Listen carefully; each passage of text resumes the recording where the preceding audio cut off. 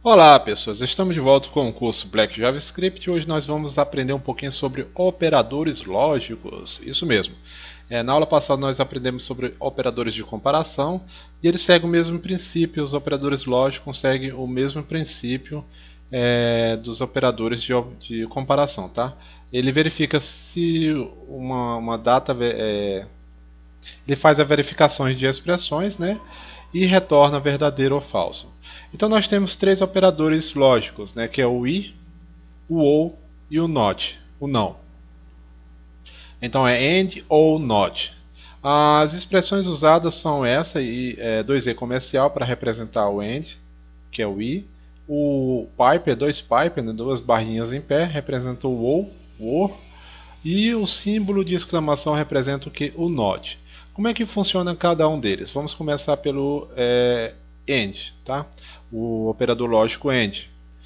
Ele funciona da seguinte forma: a expressão A e a expressão B devem ser verdadeiras. Então, se essas duas expressões forem verdadeiras, o conjunto de expressões serão o quê? Verdadeiras. Tá, ok? Vamos entender isso melhor. Vamos colocar uma string A aqui e vamos fazer uma verificação. A é igual a e, né, dois e comerciais, 1 é igual a 1. Então nós temos o que? Temos uma expressão aqui para fazer a verificação. Essa expressão aqui deve voltar um resultado booleano, tá? E temos uma segunda expressão que deve retornar um valor booleano. Ok, então para esse conjunto se tornar verdadeiro, tá? As duas expressões devem ser o que? Verdadeiras.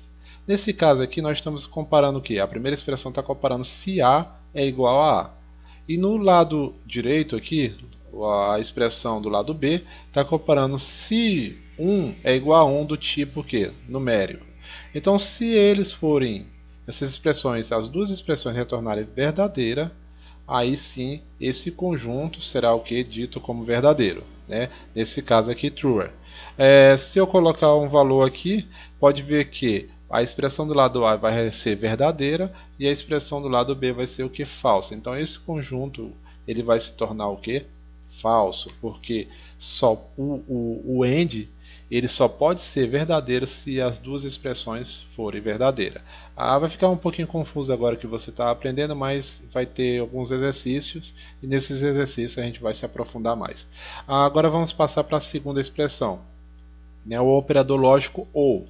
O operador lógico diz o seguinte: se a expressão A, ou a expressão 1 nesse caso aqui, for verdadeira ou a expressão B for verdadeira, então o conjunto da expressão será o que? Será verdadeira. Ou então, se a expressão 1 for falsa e a expressão 2 for verdadeira, o conjunto será o que? Verdadeiro. E quando será falso?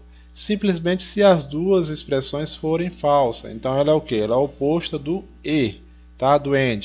Tá? Por quê? Porque o and e as duas devem ser verdadeiras para se tornar o que? Verdadeiro. E o ou, somente uma das expressões pode ser verdadeira. Vamos ver como é que funciona isso na prática.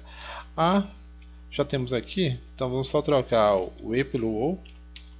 Prontinho. E vamos verificar. Podemos ver aqui de antemão que essa expressão, a expressão A, ela é verdadeira e a expressão B, ela é falsa. Então eu estou verificando. A expressão A é verdadeira ou a expressão B é verdadeira. Então esse conjunto aqui, ele vai ser o quê? Falso. Por quê? Porque desculpa, vai ser verdadeiro. Por quê? Porque uma das expressões ela é o quê? Ela é verdadeira, tá? Então ela é o oposto do e. Então vamos recapitular novamente aqui. Nesse caso deu verdadeiro por quê?